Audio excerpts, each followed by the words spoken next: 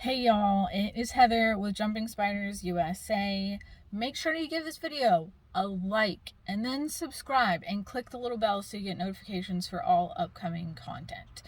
Also, be sure to find us on Facebook at facebook.com/group/Jumping Spiders USA. And you can find the complete care guide that I wrote at jumpingspidersusa.com. Now that we have said all of those important things, today I'm going to be talking about breeding jumping spiders. Now, I've always been a little reluctant to make a video about this. I'm sitting out at the lake. I left work early because I wasn't booked. I'm a massage therapist. So I left work because I wasn't booked, and I came out to the lake because it's really, really close, and I'm sitting out here in the vehicle, and people are probably looking at me. But here I am, like, making videos for, like, all of the internet to see. So it's fine if people are looking at me. It's fine. It's fine. Okay, so I've always been reluctant to make this video because do I really think that the average person should be breeding their jumping spiders? No, probably not. Is it responsible? It's probably not. There's probably really no reason for it because your jumping spider, she only needs to mate one time in her whole life. And then she will gift you with 5 to 6 plus egg sacs, with each egg sac containing 50 to 150 babies. And that is a buttload of babies. That is like thousands of jumping spiders. Now, granted, they're not all going to make it. Like, there's a lot of times there's a somewhat-ish high mortality rate. That's why they have, that's why they lay so many eggs, because, they're not all going to make it. However, a lot of them are going to make it, and you do not need 1,000 plus jumping spiders. I mean, I could be wrong. I could be wrong, but I just don't think you need 1,000 jumping spiders. And not to mention, the market is kind of oversaturated for breeders anyway, and it's just really not worth it. Like, even if you sell each of your jumping spiders for, like, say, like $50 each, it's really not worth it with all the time, the effort, the supplies, the space in your house, everything else that it is going to take to raise these things. I'm going to tell you all these warnings first before I give you any information. That's what's happening here today. So buckle up. And a lot of people who buy jumping spiders. Now, I've already made videos, and I will link to all of this stuff down in the description. A lot of people, customers, now this is not every customer. You'll have like plenty of responsible people, but you'll have plenty of irresponsible people who don't know about jumping spiders and who make silly complaints because your package gets lost at the Memphis FedEx hub, because if it gets lost or it's like late, it's always in Memphis, and that's not your fault, but they're gonna act like it is. And shipping is expensive, and I mean, like, even if they still have to pay it, but they're gonna complain about how much your jumping spider costs. You're like, $50, and it only doesn't even live for 2 years, and like, whatever else. So you're gonna have a lot of silly complaints, like things that are beyond your control. And sometimes, like, jumping spiders, again, die. Even if you, like, get the thing up to, like, N-star 5 or 6, and, and you give it a good chance to make it, sometimes they still die or mismolt or things happen, and people will still complain. They're like, I've had this jumping spider for 6 months, and it died. And it's like, okay. That's not on me. It's such a headache. It is really, really such a headache. So I'm going to tell you all these things because I really want to deter you from doing this. However, it can be kind of fun. I will say, like a good experience, like maybe a good situation for breeding jumping spiders would be, like, for example, if you have like Audex or something, like Phidippus audex, like they're native to pretty much the entire United States, and they're so everywhere. Like, they're very prevalent, very common, and you could just let them go. You could let the babies go, and it would actually be great, you know, great for the environment. Let the little babies free. But if you want to breed like Regals or something and you don't live in Florida, you cannot be letting your Regals go, and then you are on the hook. You are on a line for 1,000 Regal babies, or you have to find homes, and it is a lot of work. It is so much work, because once they get separated, you don't have to separate them for a while. You don't have to separate them till probably like I3, maybe I4. You don't have to separate them till then.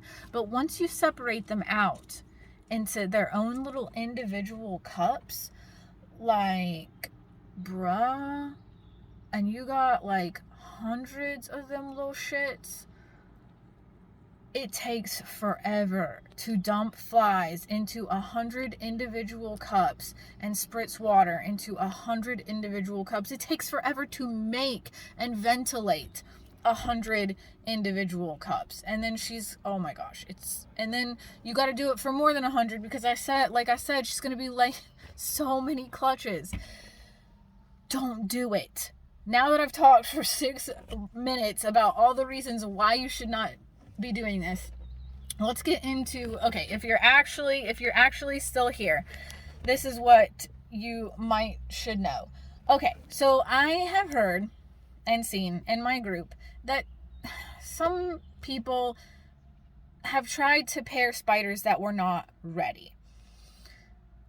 That is a problem, because somebody's going to get eaten, and then you're going to be sad and you're going to feel dumb. So just don't do it. Okay, so how do you know if your spiders are ready? A female spider, and I'll put this down in the description too. A mature female spider, she will have an epigynum, and that is a little donut looking shiny belly button kind of thing underneath her abdomen, and that signals that she is mature.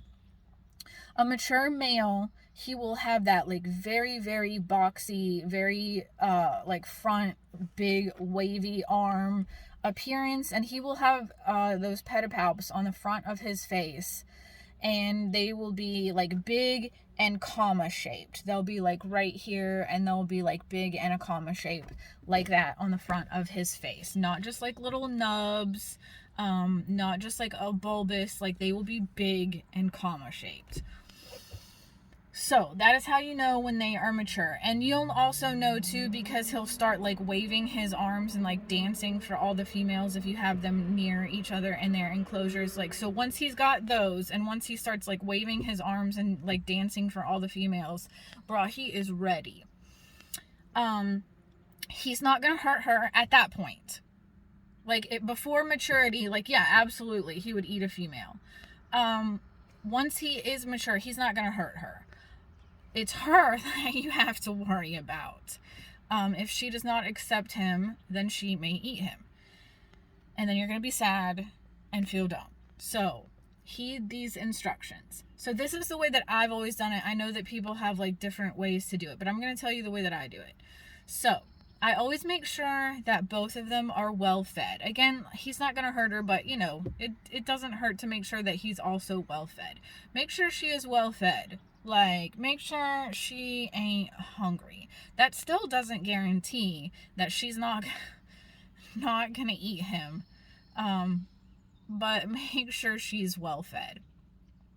And so I always have each of their enclosures on hand, very close by, and I keep a couple paintbrushes, like soft bristled paintbrushes nearby if I need to separate them. You know, like I can, you know, push them away from each other and like corral him back into his enclosure real quick with the paintbrush if I need to. If she looks like he will lift up his arms. He will like lift up his arms and do the little dancey dance and wave his arms at her and like tap. If you see her raise her arms though, get him out of there. Like, she's not doing it for the same reason he's doing it. He's dancing for her. She's threat posturing him. So he's the one that's going to tap and wave his arms and dance, and she's not going to do that. Like, she'll watch him, and if you see her threat posture, get him out of there. So what's going to happen is he is going to wave his arms and tap at her. And if she allows him to progress, he's going to do that tapping motion on her, like on her back. And they're going to be facing opposite directions. She's going to be facing one direction, and he's going to get on top of her facing the other direction. And so, like, she's going to be, like, forward facing, and he's going to take his arms, like, down her back and start tapping, like, along her back, like, giving her a massage and, like, I guess spider foreplay is what is happening. And so he's going to start tapping, and that, and if she accepts him, she's going to let him do it. And then he's going to crawl onto her back, and he is going to twist. He's going to be the opposite direction of her, and he's going to, like, twist her abdomen over to the side to expose her epigyne. And then he's going to take, like, the pedipalps on the front of his face, like, basically has balls on his face. And he's going to take his face balls and transfer his sperm into her epigyne. And they may do that for a while. They may be, like, hooked together for a good long while, and that is normal. Once they separate, you need to stay with them the whole time. Like, don't leave them. Don't leave them to do this. Once they separate, get him out of there. She's probably not going to eat him. She's probably not going to hurt him, but, you know, get him out of there. Once they, like, uncouple, get him out of there. I always like to do this in a neutral enclosure, like a neutral enclosure with no anything in it, just like a plastic bowl or, you know, like something like that. So that there's, like, nothing that like, they can't hide or get behind something, so that it would be easy access for you if you need to get him out of there. So, and also because I don't like to do it in her territory, I would like to do it in a neutral space, so that, like, she's not in his, you know, like, she's not going to feel scared or something in his enclosure, or feel territorial in her enclosure. So I put them in a neutral, empty enclosure, so just for ease of access in case you've got to get him out of there. So I think that is just about everything you need to know about that. She could lay eggs. If it's successful, she could lay eggs about 2 weeks later. It may take longer. She lays eggs when she wants. She'll do it whenever she wants. And she can lay several clutches, you know, sometimes they're back to back, sometimes she waits a little while in between. And then I'll link down in the description to other videos that, you know, now that she's laid eggs, what the heck do you do with them? All right, so I hope that is helpful. Be sure to give this video a like, subscribe, and let us know how you're doing. Let us know how the spiders are doing down in the comments. And find us over on Facebook, facebook.com/group/jumpingspidersusa. And again, that care guide is just jumpingspidersusa.com. I'll see y'all later. Have a good one.